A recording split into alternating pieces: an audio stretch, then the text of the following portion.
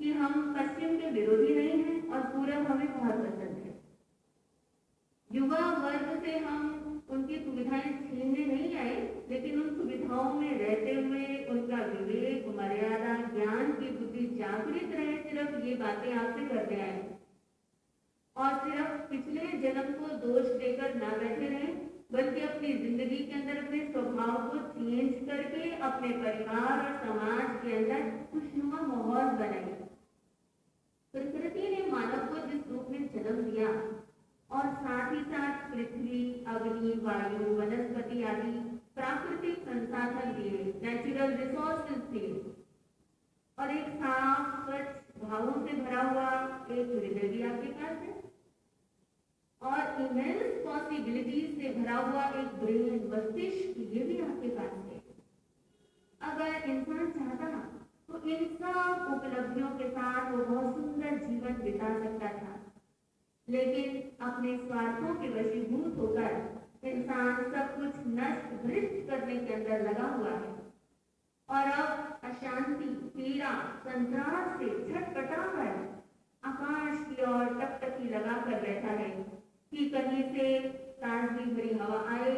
और इस घुटन भरी जिंदगी से निजात मिले।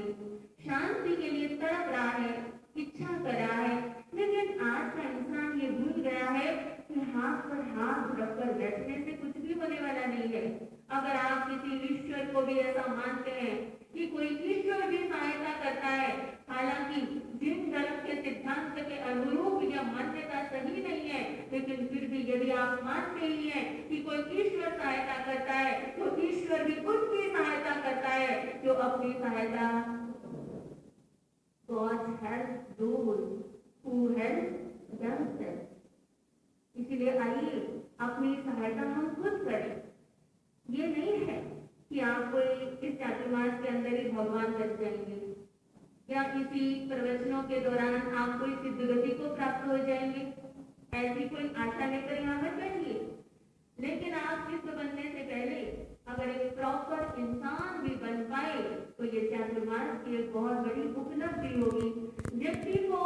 उन बातों के अंदर रहने की बजाय जो सातवें आसमान की बातें हैं, इंसान को उन बातों के अंदर ज्यादा रहना चाहिए जिससे उसके मन की शांति बनी रहे और आप अपने परिवार के अंदर, समाज के अंदर अनुशासन, गरिमा, मर्यादा बनाकर रहना आए। सिर्फ प्रवचनों का यही उद्देश्य है